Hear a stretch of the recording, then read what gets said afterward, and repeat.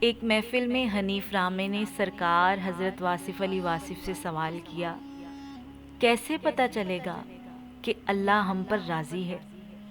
فرمایا، تنہائی میں سوچو کہ تم اللہ پر راضی ہو، جتنے تم اللہ پر راضی ہو اتنا ہی اللہ بھی تم پر راضی ہے۔ کسی نے پوچھا، کوئی ذکر بتائیں جو پڑھا کروں۔ فرمایا، طوطا جتنا مرضی ذکر کر لے طوطا طوطا ہی رہے گا۔